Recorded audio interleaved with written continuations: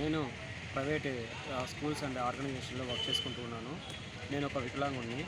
So నేను ఈరోజు 10:30 గంటలకి Palamaner forest office guest house దగ్గర వస్తుండగా డిస్ట్రిక్ట్ సైన్స్ ఆఫీసర్ రమణ ఏ ఒక కారణం లేకుండా నాకు అతని బండిలో సీదా నా ముందుకు వచ్చి నిలిపి, ఏం రా నువ్వు, ఏం చేస్తావు నువ్వు అని చెప్పేసి అకారణంగా వల్గర్ మాటలు నాతో మాట్లాడుతూ, మా అమ్మ మాటలు, నా సంబంధం నా రిలేషన్స్ని కూడా యాడ్ చేసి వల్గర్ మాటలు మాట్లాడుతూ నా కాలర్ పట్టుకొని లాగి రారా అని చెప్పేసి నన్ను కొట్టినాడు కూడా.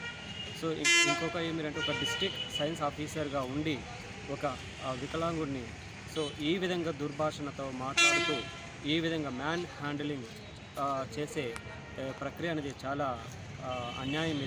ఈ అన్యాయాన్ని ఖండించాలని నేను కోరుకుంటున్నాను.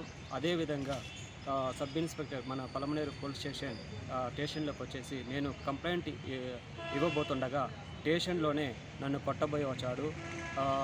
ఎక్స్ కరస్పాండెంట్ మన ఎల్సీనాథ్ సార్ వాళ్ళ ముందరగానే నన్ను కొట్టబోయినాడు. స్టేషన్లో కొట్టడానికి వచ్చాడు. వల్గర్ మాటలు, నానా బూతులు మాట్లాడినాడు. సో ఇతను ఒక ఎడ్యుకేటెడ్గా ఉండి ఒక డిస్ట్రిక్ట్ సైన్స్ ఆఫీసర్గా ఉండి ఇలాంటి వల్గర్ మాటలు, ఇలాంటి పనులు చేస్తాడని నేనైతే అనుకోలేదు. నాకు న్యాయం కావాలని వచ్చాను. నన్ను అవమానించినాడు. ఎంత అవమానించినాడు అంటే, ఆ వీధిలో ప్రతి ఒక్కరు నన్ను చూశారు.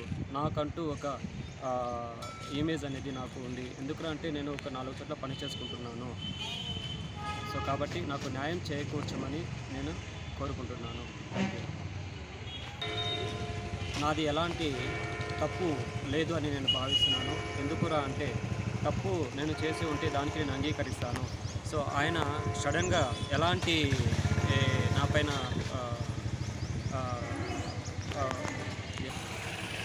నా పైన ఎలాంటి కారణం లేకుండా నాతో ఇలాంటి దుర్భాషణతో మాట్లాడడం, మ్యాన్ హ్యాండిలింగ్ చేయడం ఇది ఎంత మాత్రము న్యాయం కాదని నేను కోరుకుంటున్నాను. ఇది నేను పలమనేరు పోలీస్ స్టేషన్లో నేను కంప్లైంట్ చేయడం జరిగినది. నాకు ఇక్కడ న్యాయం జరగలేదు అంటే మా